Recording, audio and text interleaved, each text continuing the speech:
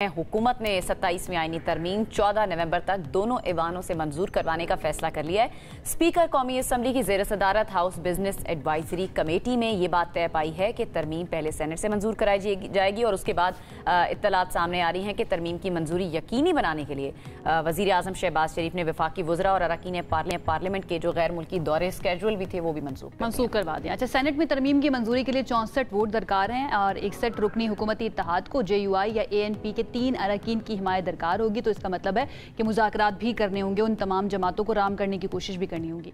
कौमी असम्बली की बात की जाए तो यहाँ पर तरमीम की मंजूरी के लिए 224 वोट दरकार होंगे, यानी कि 2/3 मेजॉरिटी दरकार होगी। और कहा जा रहा है कि कौमी असम्बली में हुकूमत को 237 अरकान की हिमायत हासिल है, जिनमें नून लीग के 125 हैं, पीपल्स पार्टी के 74 हैं और MQM के 22 अरकान भी शामिल हैं। इसके अलावा अगर बात की जाए पाकिस्तान मुस्लिम लीग के 5, इस्तेहकाम पाकिस्तान पार्टी के 4 हैं, Muslim League Zia, national party, Balochistan Awami party के 1-1 रुकन और 4 आज़ाद अरकान भी हुकूमती इत्तेहाद का हिस्सा हैं। अब सारी सिचुएशन पर बात कर लेते हैं और जो मुख्तलिफ स्टेटमेंट्स आ रही हैं मुख्तलिफ सियासी जमातों के रहनुमाओं की जानिब से, उनके ऊपर पाकिस्तान पीपल्स पार्टी का क्या मौक़िफ़ है और सेनेटर ज़मीर घुमरू साहब का क्या मौक़िफ़ है, ये जानने की कोशिश करते हैं। उन्होंने हमें ज्वाइन कर लिया। सेनेटर साहब, थैंक यू सो मच हमें ज्वाइन करने के लिए।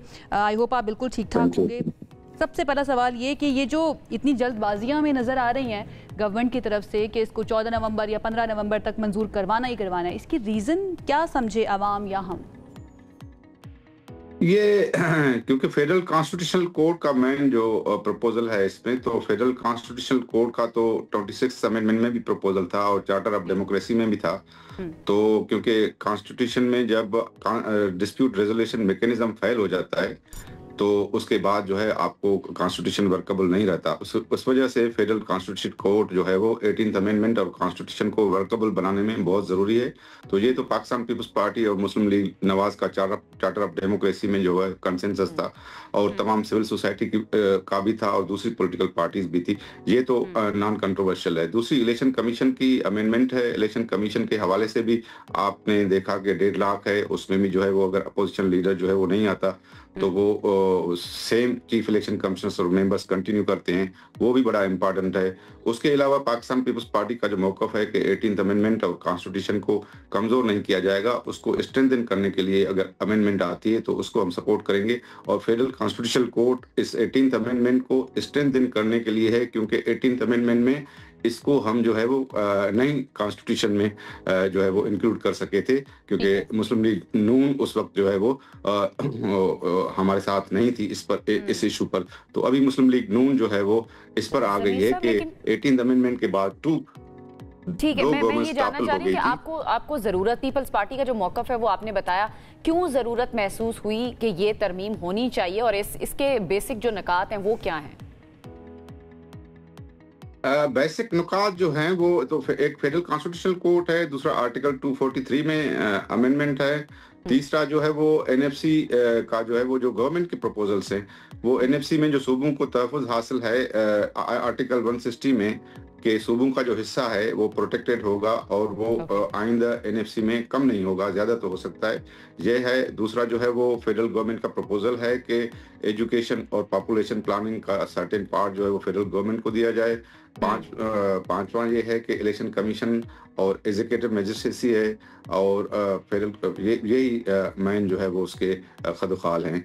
तो इस हवाले से जो है वो आज हमारी पार्टी की सेंट्रल कमेटी का इजलास है, शाम को जो है वो डिसीजंस आ जाएंगे कि किन प्रपोजल्स पर पाकिस्तान पीपल्स पार्टी एग्री करती है, किन पर नहीं करती है, क्योंकि हमारी पार्टी की यही पॉलिसी है कि 18th अमेंडमेंट और कॉन्स्टिट्यूशन को स्ट्रेंथन करने के लिए अमेंडमेंट लाई जाए, न कि जो है वो आप 18th अमेंडमेंट की बात कर रहे हैं जो कि सूबों को खुद मुख्तारी देती है बहुत हद तक। इसके बारे में जो वज़ीर आला KP के हैं सुहेल आफरीदी साहब, वो ये कह रहे हैं कि ये 27वीं तरमीम लाने की जो बात की जा रही है आइन के अंदर, ये सूबाई खुद मुख्तारी पर डाका है। ये वो किस बेस के ऊपर कह रहे हैं और डेफिनेटली फिर पाकिस्तान पीपल्स पार्टी का इस पर क्या मौक़िफ़ है?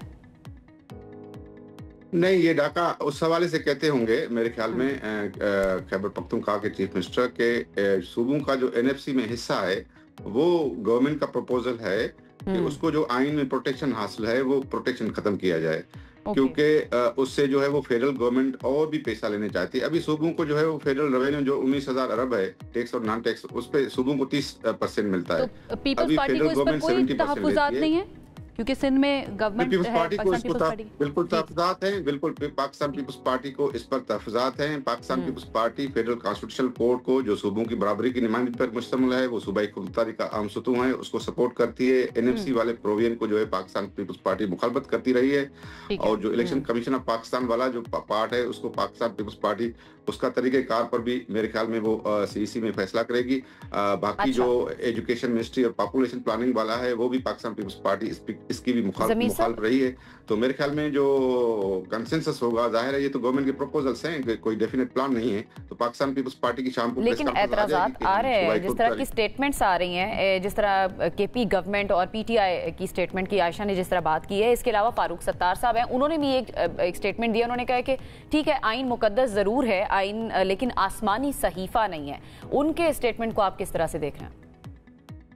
देखिए, आइन तो बिल्कुल सेक्रेड है, उस पर हम ओथ लेते हैं। उनके लिए आसमानी सहीफा नहीं होगा, उनके लिए सेक्रेड नहीं होगा, लेकिन उस पर आप ओथ लेते हैं। कॉन्स्टिट्यूशन में अमेंडमेंट करने का जो प्रोसीजर है वो बड़ा डिफिकल्ट है, 2/3 मेजॉरिटी चाहिए दोनों। इम्पोर्टेंट ये भी है ना, कुछ मुबस्सरीन ये कहते हैं कि इम्पोर्टेंट ये भी है कि कुछ कानूनदान भी ये कहते हैं इनफैक्ट, और आप भी कानूनदान हैं तो आप ज़्यादा बेहतर इसको हमें समझा भी सकेंगे कि आइन जो है उसकी रूह बरकरार रहनी चाहिए। ठीक है, तरमीम चाहे हो, मुकद्दस सहीफा नहीं है जैसे कि फारूक सत्तार साहब ने भी कहा है, लेकिन किस हद तक उसके अंदर तरमीम हो, अगर उसकी आइन की रूह जो है वो तब्दील होना शुरू हो जाए, उस वक्त फिर आइन का तकद्दुस कहाँ पर जाएगा? बीइंग कानूनदान, आप इस पर क्या राय रखते हैं? देखिए, जो साइलेंट फीचर्स हैं जो सुप्रीम कोर्ट ने भी डिक्लेयर किए थे कॉन्स्टिट्यूशन के, वो हैं उसका फेडरल कैरेक्टर, पार्लियामेंट्री कैरेक्टर और सूबाई खुदमुख्तारी। ये तीन उनके सुतून हैं, उसको जो है वो किसी अमेंडमेंट के जरिए टच नहीं किया जा सकता। बाकी जो दूसरे इश्यूज हैं, जाहिर है सोसाइटी जो है वो डेवलप होती है, नया ईरा आता है, उसमें कॉन्स्टिट्यूशन एक लिविंग डॉक्यूमेंट है, उसमें तब्दीली करने की जरूरत पड़ती है। लेकिन ये जो बुनियादी सुतून है कि federal character of the constitution with provincial autonomy and parliamentary character of the constitution, ये आप जो है वो तब्दील नहीं कर सकते। बाकी जो अमेंडमेंट्स हैं, और इसमें जो ये प्रपोज्ड अमेंडमेंट है फेडरल कॉन्स्टिट्यूशनल कोर्ट की, ये सूबाई खुदमुख्तारी का अहम सुतून है, क्योंकि सुप्रीम कोर्ट जो है वो डिस्प्यूट रेजोल्यूशन का फॉर्म है। बिल्कुल ठीक है, आपका पॉइंट आ गया। इन द एंड ज़मीर साहब ये बता दीजिएगा, ये 27वीं तरमीम जो है, क्या ये फेडरल को पहले से ज्यादा मजबूत करती है?